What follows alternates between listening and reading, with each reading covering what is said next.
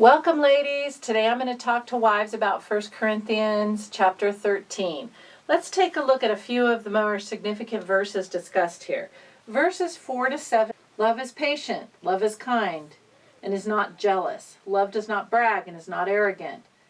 Does not act unbecomingly. It does not seek its own. It's not provoked. Does not take into account a wrong suffered. Does not rejoice in unrighteousness, but rejoices in the truth. It bears all, believes all things, hopes all things, endures all things. So here, as a wife, it says that we're to be slow to lose patience. So in other words, we have to tolerate more than we probably personally want to in order to help us find out what's really going on with our husband. And as we're pursuing that, we want to do it with kindness. We want to show him concern for him and not for ourselves. Sometimes I really struggle with that because something happens and I think, uh-oh, how's that going to impact me? When really my husband is struggling very hard to solve an issue or deal with a problem that's very great for him.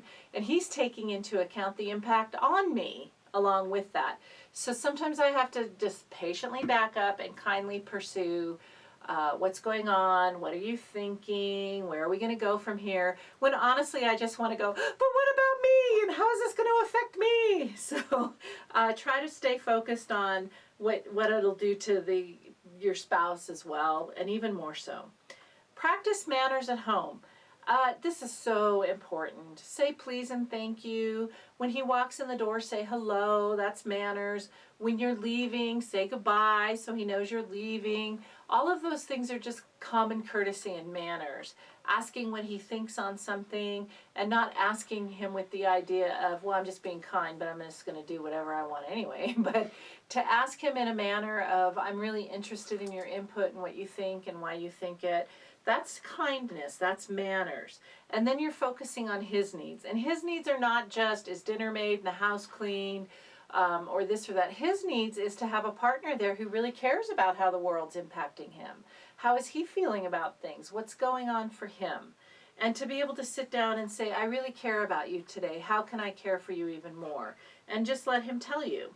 Don't take things personally. Oh my gosh, I know that I used to take things personally all the time. And I think as women we tend to more so than men, even though men can take things personally as well. But I've worked very hard to just sort of say, okay, let me take a deep breath. Maybe his tone of voice has nothing to do with me. Or maybe what he's saying has nothing to do with me. Personalizing everything your spouse says is a form of automatic negative thinking. So you want to kind of pull out of that and find out what's really going on underneath it. Half the time my husband was just complaining about somebody at work, but he was doing it in a tone that made me feel like he was yelling at me. But he really wasn't. He just wanted to get it off his chest. I don't keep a record of his past failures. Now, this is tricky too, because sometimes if people are repeating the same problem over and over and over, you kind of have to say, I think you need to make a change here. But that doesn't mean that you're going after him, and as soon as you guys have an argument, you're throwing in everything in the kitchen sink, including, he bought the wrong kind of ice cream 15 years ago because he just didn't care. Don't bring up those kinds of things. And don't take pleasure in his failures. When I was learning how to transition as a wife from expectations and taking things personally and all of that, I learned also how to tell him when something went wrong with the decision he made. As a lot of wives tell me, I just want him to be the head of the household and the spiritual leader and to make the decisions. But when he does make a decision and it doesn't go well, oh man, they rake that poor man over the coals, so there's no opportunity to just learn from mistakes. So I learned to encourage him and say, yeah, this did not go well.